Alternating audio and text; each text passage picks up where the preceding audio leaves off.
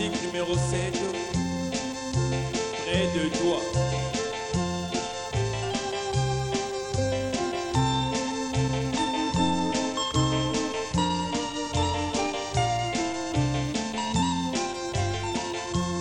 Toi ma portion éternelle, plus qu'un ami ou la vie, pendant mon pèlerinage, laisse-moi marcher avec toi, près de toi, près de toi, près de toi, près de toi, pendant mon pèlerinage, laisse-moi marcher avec toi, près de toi, près de toi, près de toi, près de toi, pendant mon pèlerinage, laisse-moi marcher avec toi.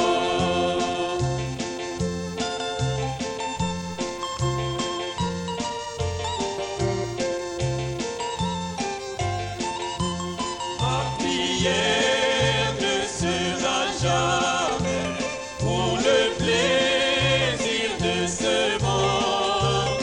Oui, je souffrirai avec joie. Laisse-moi marcher avec toi, près de toi, près de toi, près de toi, près de toi.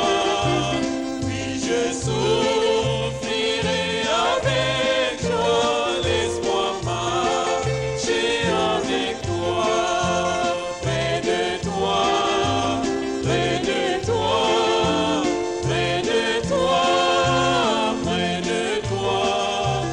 Oui, je souffrirai avec joie, laisse-moi marcher avec toi.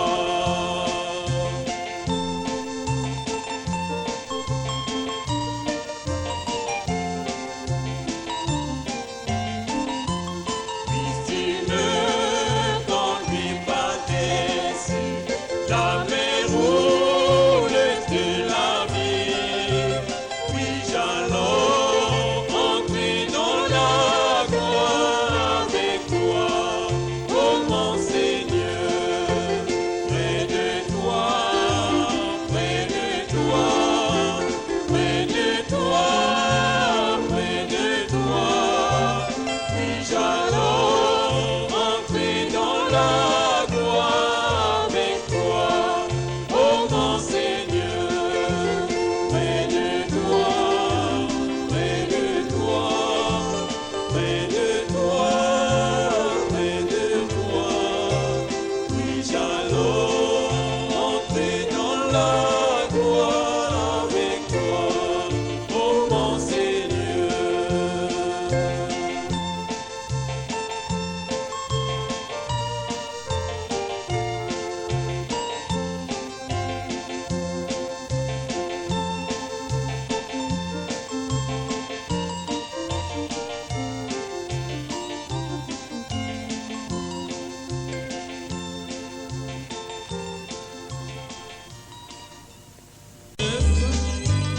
Oh, quel beau soleil dans mon âme.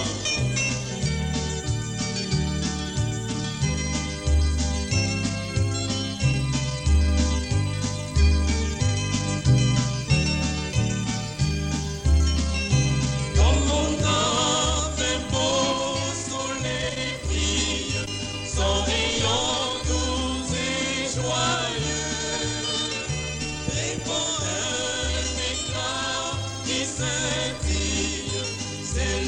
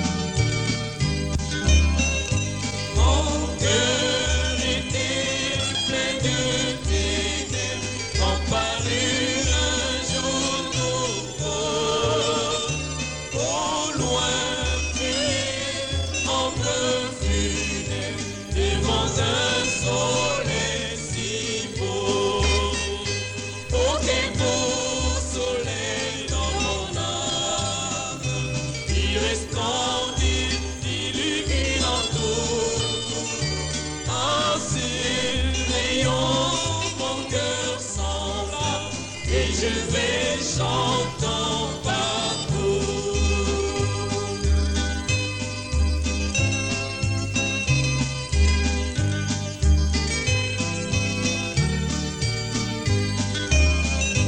Oh, mon âme éclate en louange pour tout le soleil à lui.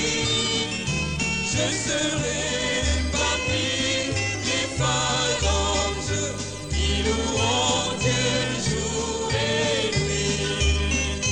Oh, quel beau soleil dans mon âme, il resplendit, illuminant tout.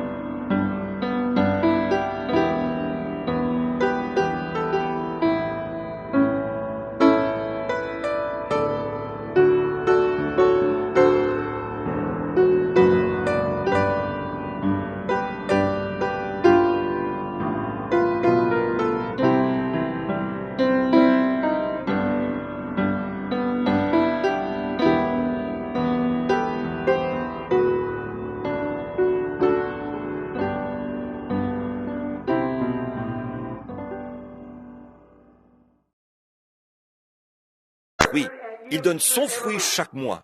Là se trouvent les 24 anciens, là se trouve l'épouse, là se trouvent les 144 000, les eunuques du temple. Oh frère, nous allons quelque part. Il y a des choses qui nous attendent. Les 24 anciens, les 144 000 eunuques, l'épouse assise avec Christ. Oh, vous parlez, ma maison, ma douce maison. Amen. Dire que j'ai le privilège de pouvoir aller là-bas et que vous avez le privilège de pouvoir aller là-bas. Pourquoi choisiriez-vous de marcher dans ces ténèbres et de ne pas voir de lumière, de mourir et d'aller dans le chaos et de devenir rien du tout? En effet, quand la lumière exerce son autorité suprême, il n'y a plus de place pour les ténèbres. Allez donc trouver où sont passées les ténèbres quand la lumière arrive. Ce sera comme ça à ce moment-là, quand toutes choses seront ramenées à Dieu. Les ténèbres ont eu un commencement, les ténèbres auront une fin. La lumière n'a jamais eu de commencement et n'aura jamais de fin non plus. Dieu n'a jamais eu de commencement et n'aura jamais de fin non plus. Alors, un jour, tout ce monde dépravé, avec tout son péché et sa pseudo-beauté, avec tout son fantastique et ses sensations, et avec tout son tape à l'œil, tout cela disparaîtra dans le néant, et il n'en restera rien. Il n'en restera rien, on n'y pensera plus.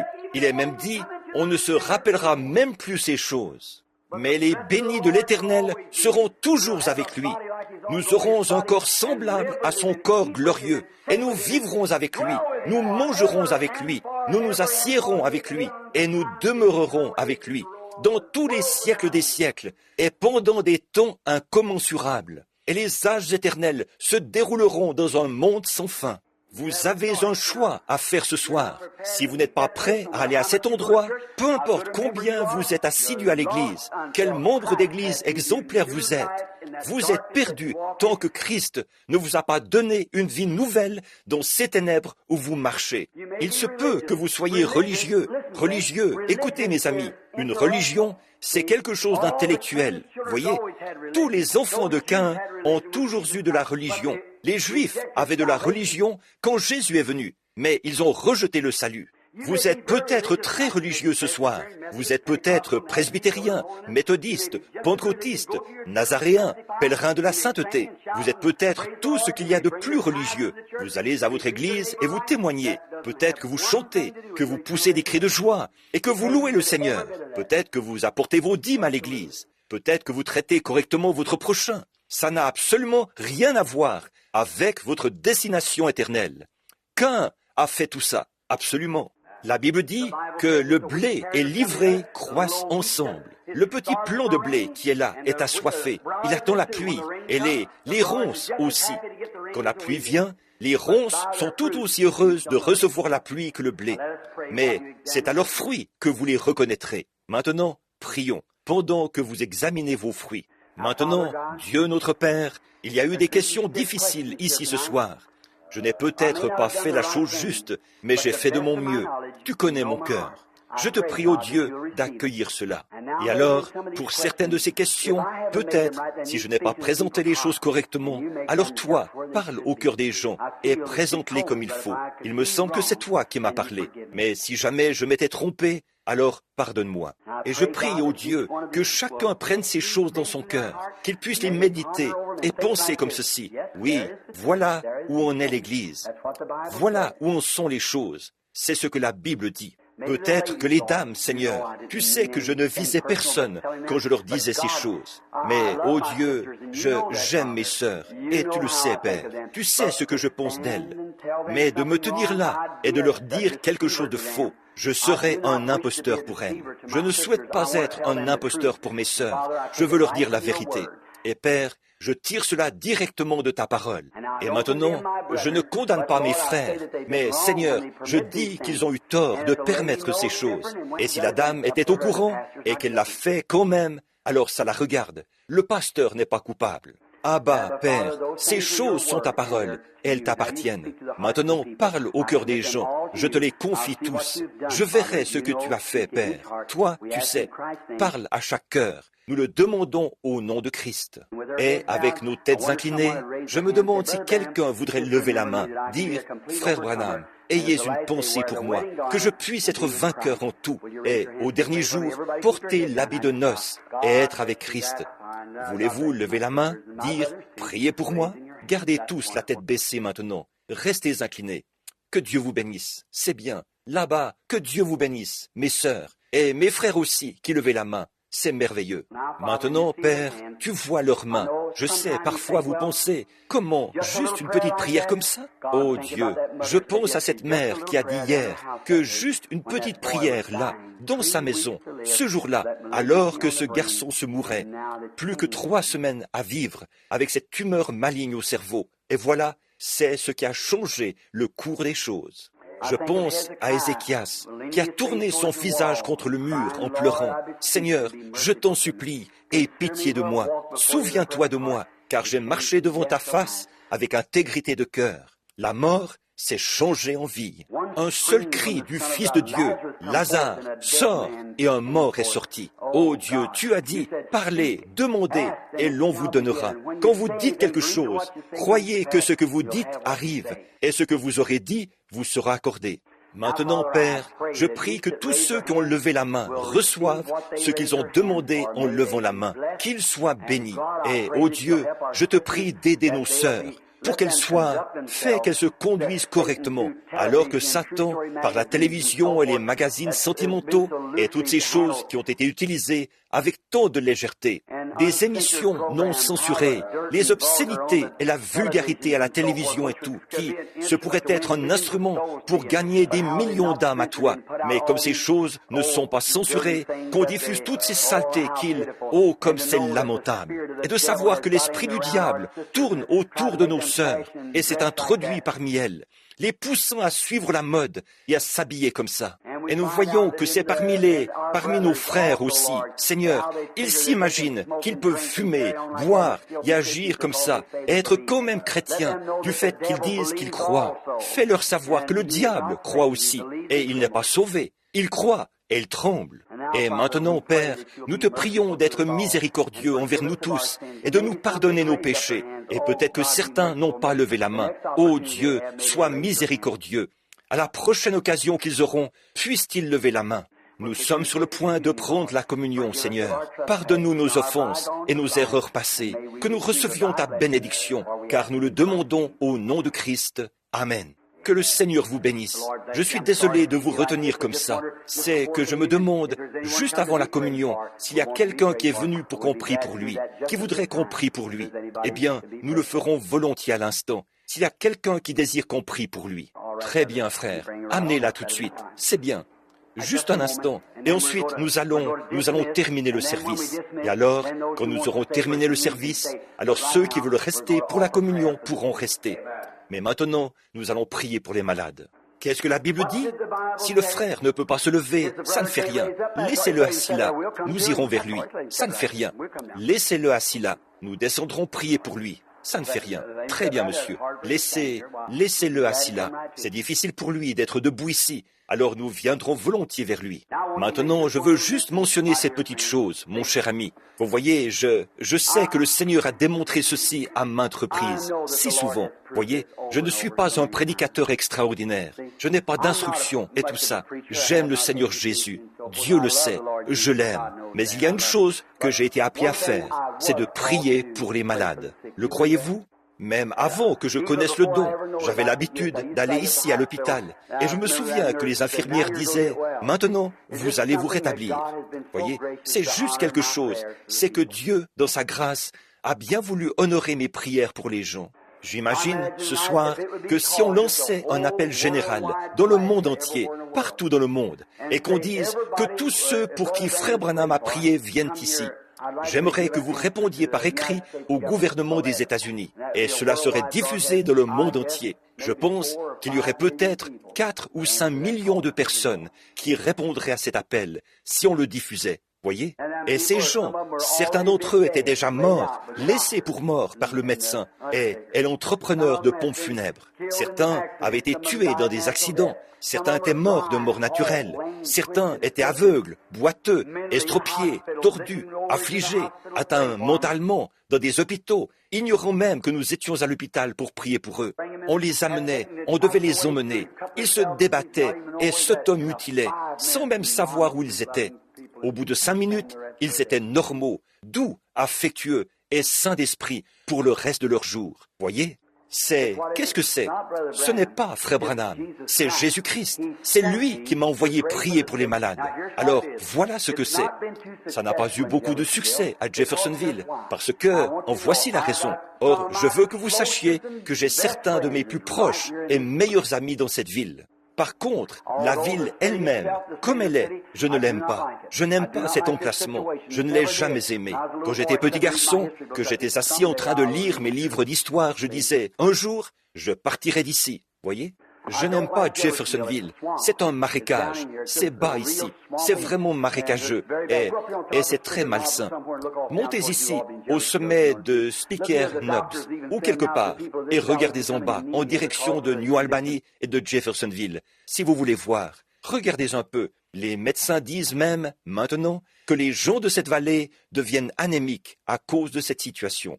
Une petite dame par ici, Madame Morgan, qui a été guérie du cancer, a emmené son chien ici à la clinique. Elle pensait qu'il avait la gale. Vous savez ce que c'était? Les retombées de l'usine Colgate et tout, sur l'herbe où il était passé. C'est l'endroit le plus insalubre. Un gars qui était à l'armée a attrapé là-bas.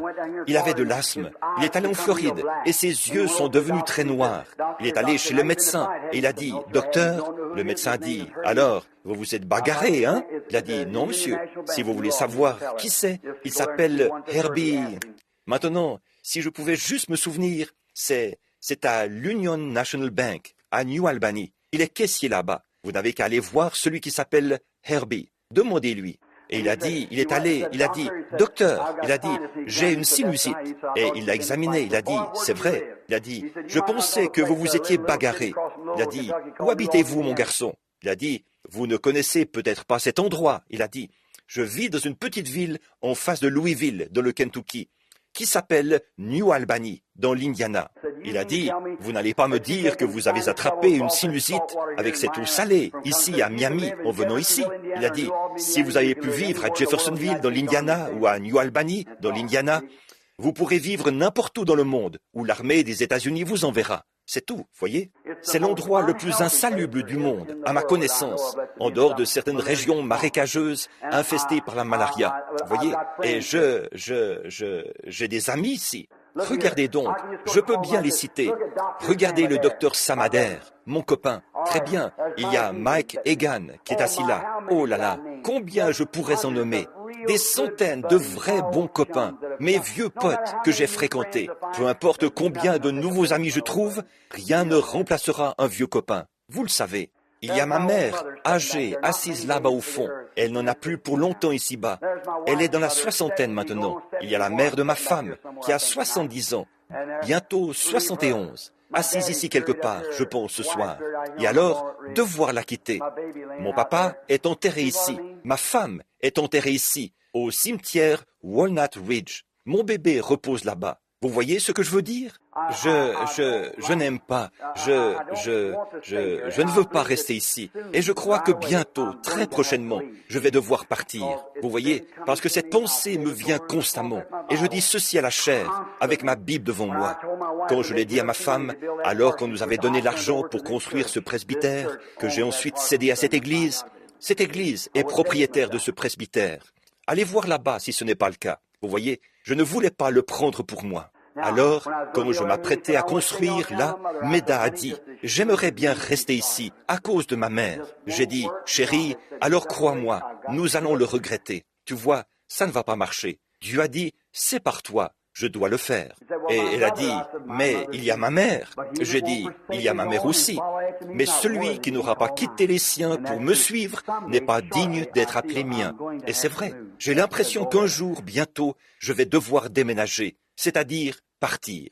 La raison, c'est qu'ici, les réunions n'ont pas beaucoup de succès. Elles n'ont pas le succès qu'elles ont partout ailleurs. Et tous ceux qui ont déjà assisté aux réunions savent que c'est vrai, parce qu'ici, on est dans ma propre ville.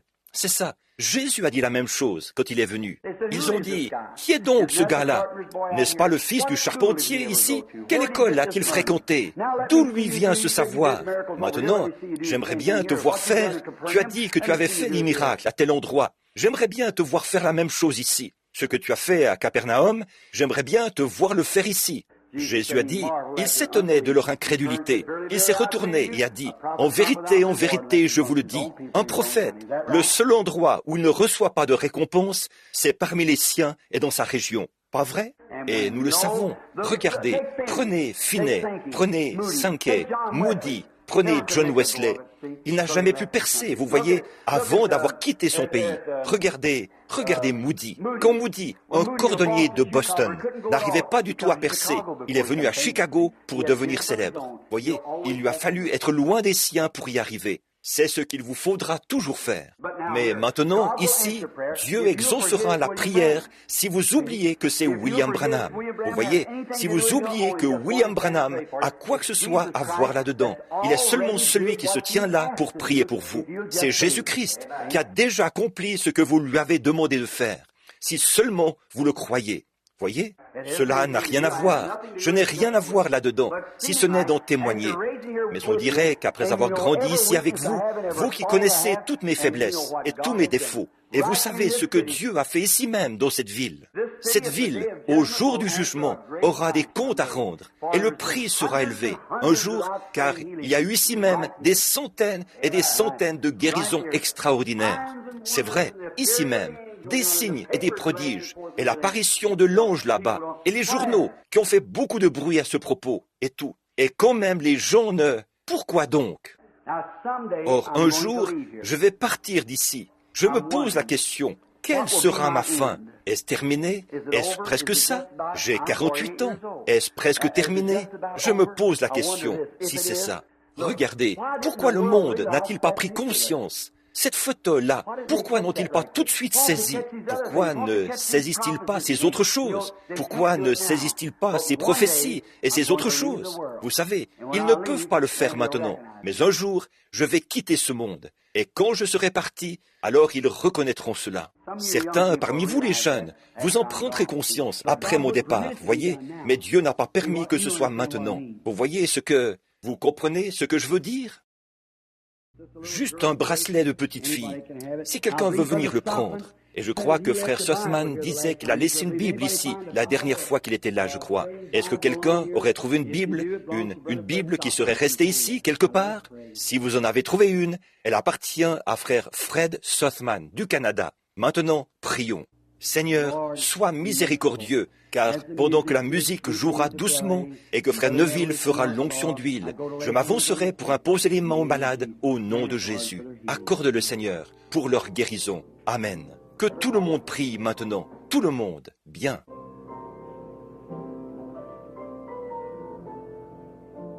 Seigneur, ce petit, son grand-père se tient ici pour lui. Il est allergique au lait, à toute forme de lait. Mais toi, tu possèdes toute puissance, et ce petit ne peut pas avoir lui-même la foi. Alors, Seigneur, j'utilise ma foi pour lui, avec ses parents et ses grands-parents, et nous déclarons au nom de Jésus que ce bébé pourra boire du lait et vivre pour la gloire de Dieu. Amen. Il en sera ainsi. Ô Dieu, elle prie pour son père. Je prie avec elle, afin que tu guérisses son père et que tu lui donnes ce dont il a besoin. Au nom de Christ. Amen. Voilà, c'est simple, n'est-ce pas? Les gens prient, mais c'est que les gens, ils s'attendent à quelque chose de grandiose et ils compliquent la chose. Dieu, lui, simplifie la chose. Vous, en compliquant cela, vous ratez tout. Voyez, il suffit de... Acceptez-le dans sa simplicité, comme Dieu l'a dit. Voici les signes qui accompagneront ceux qui auront cru. S'ils imposent les mains aux malades, les malades seront guéris, comme Dieu l'a dit. Nous imposons les mains à cette femme, Seigneur, notre sœur qui se tient ici. Qu'elle soit guérie, car nous le demandons au nom de Jésus-Christ. Amen. Père, comme nous imposons les mains à notre sœur, au nom de Jésus-Christ, en commémoration de la Bible et de l'enseignement du Seigneur, qu'elle soit guérie. Père, au nom de Christ, nous demandons la guérison de notre sœur, et je te prie de la rétablir entièrement, alors que nous obéissons à ta parole. Il ne fait aucun doute dans mon esprit qu'elle pourra... Amen.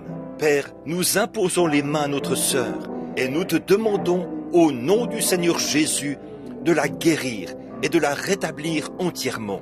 Amen. Au nom du Seigneur Jésus, nous imposons les mains à notre frère et nous te demandons de le guérir pour la gloire de Dieu. Père, au nom du Seigneur Jésus, nous oignons notre sœur et nous lui imposons les mains en demandant sa guérison au nom de Jésus.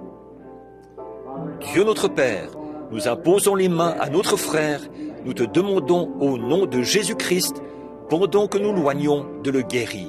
Père, voici sa chère épouse. Nous loignons et lui imposons les mains en présentant cette demande au nom de Jésus-Christ. Seigneur Dieu, nous oignons la petite Édith en lui imposant les mains et nous te demandons au nom du Seigneur Jésus-Christ de lui accorder sa demande. Père, nous oignons aussi sa mère et nous lui imposons les mains en demandant sa guérison. Au nom du Seigneur Jésus-Christ, qu'elle soit guérie. Père, nous oignons le précieux petit trésor de cette famille, si cher à leur cœur, au nom du Seigneur Jésus, à qui un jour nous l'avons confié, et je te prie de le guérir.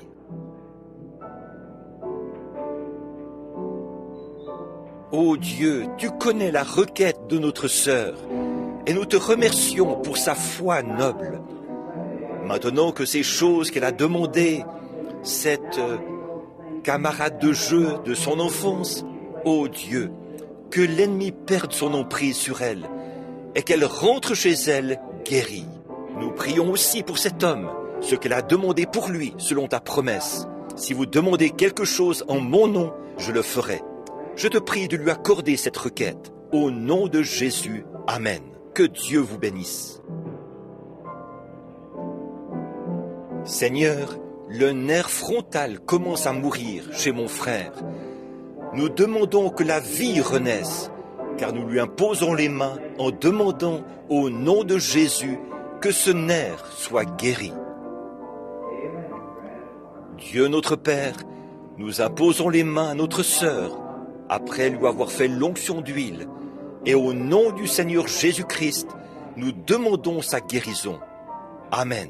Père Céleste, comme notre sœur s'est tenue ici pour de nombreux cas qui, grâce à toi, ont été des réussites, elle se tient ici pour un de tes serviteurs, un prédicateur qui est très nerveux. Nous éprouvons dans notre cœur beaucoup de compassion pour lui, car nous savons ce qu'il traverse. Je te prie, ô Dieu, d'oindre notre sœur pour cette tenue ici pour lui, et de l'oindre lui pour qu'il reçoive sa guérison. Je prie au nom de Christ. Amen. Le Seigneur sait.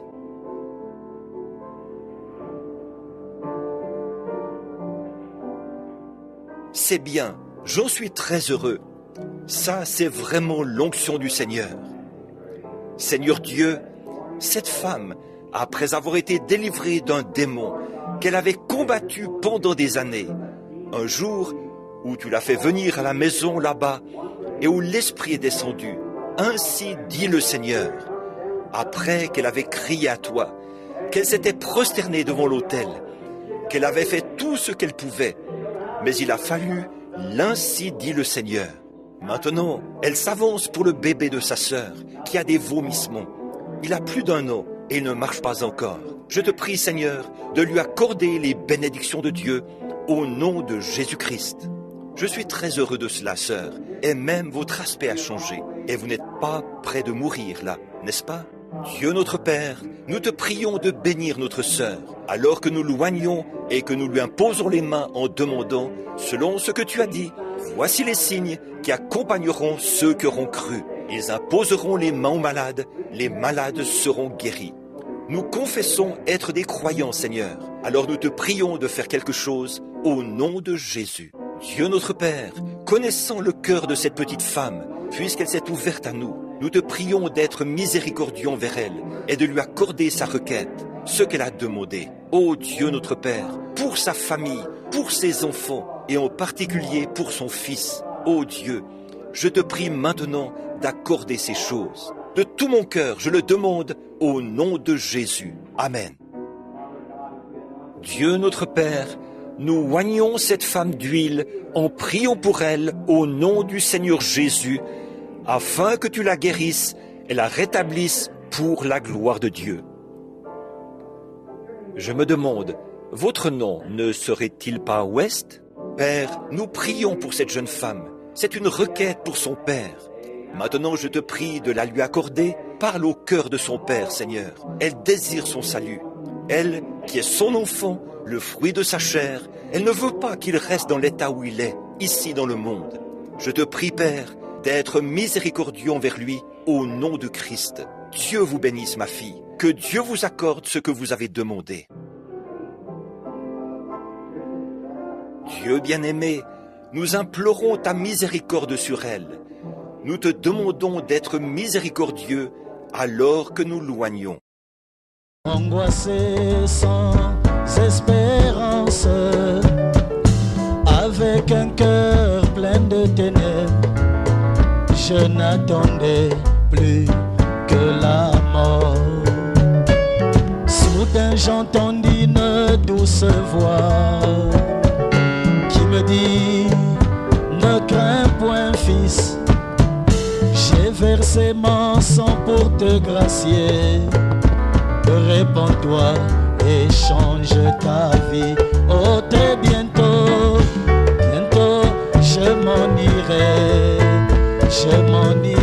mes frères, dans les airs, pour rencontrer mon Jésus, mon espoir et ma vie éternelle.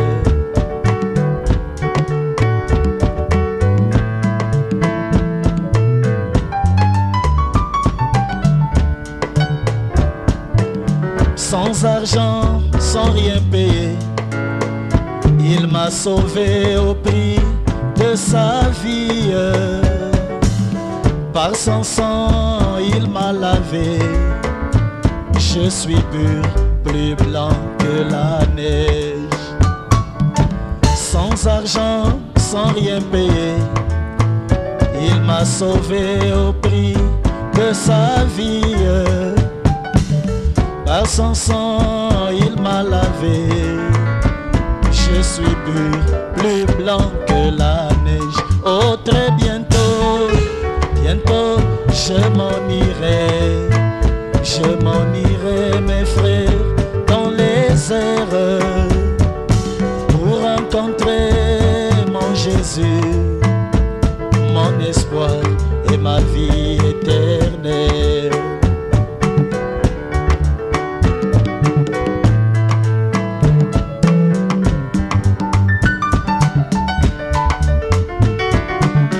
Peu m'importe ce qu'on me dit, ce qui compte pour moi, c'est sa promesse. Il m'a promis qu'il reviendra pour me chercher, je le crois de tout mon cœur. Peu m'importe ce qu'on me dit, ce qui compte pour moi, c'est sa promesse. Il m'a promis qu'il reviendra pour m'enlever, je le crois de tout mon cœur. Oh, très bientôt, bientôt, je m'en irai, mes frères, dans les airs, pour rencontrer mon Jésus, mon espoir et ma vie éternelle.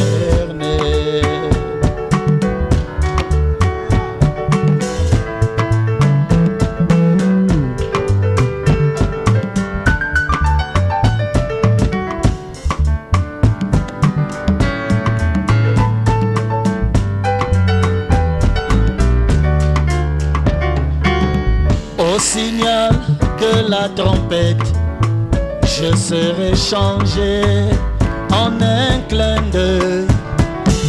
Avec un cœur plein d'amour, je m'envolerai comme un oiseau. Au signal de la trompette, je serai changé en un clin d'œil. Avec un cœur plein d'amour, je m'envolerai comme un oiseau. Oh, très bientôt, bientôt, je m'en irai, mes frères, dans les airs, pour rencontrer mon Jésus, mon espoir et ma vie éternelle. Oh, très bientôt, bientôt, je m'en irai,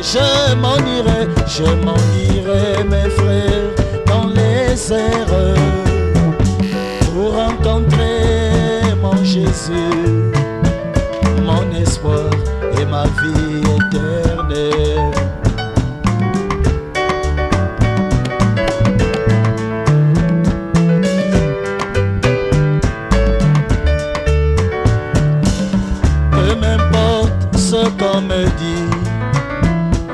qui compte pour moi, c'est sa promesse.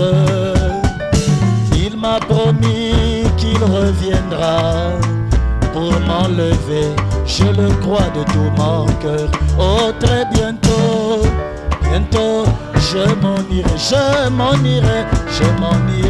mes frères, dans les airs, pour rencontrer mon Jésus, mon espoir et ma vie éternelle. Oh, très bientôt, bientôt, je m'en irai, mes frères, dans les airs, pour rencontrer mon Jésus, mon espoir et ma vie éternelle. Que le Seigneur vous bénisse.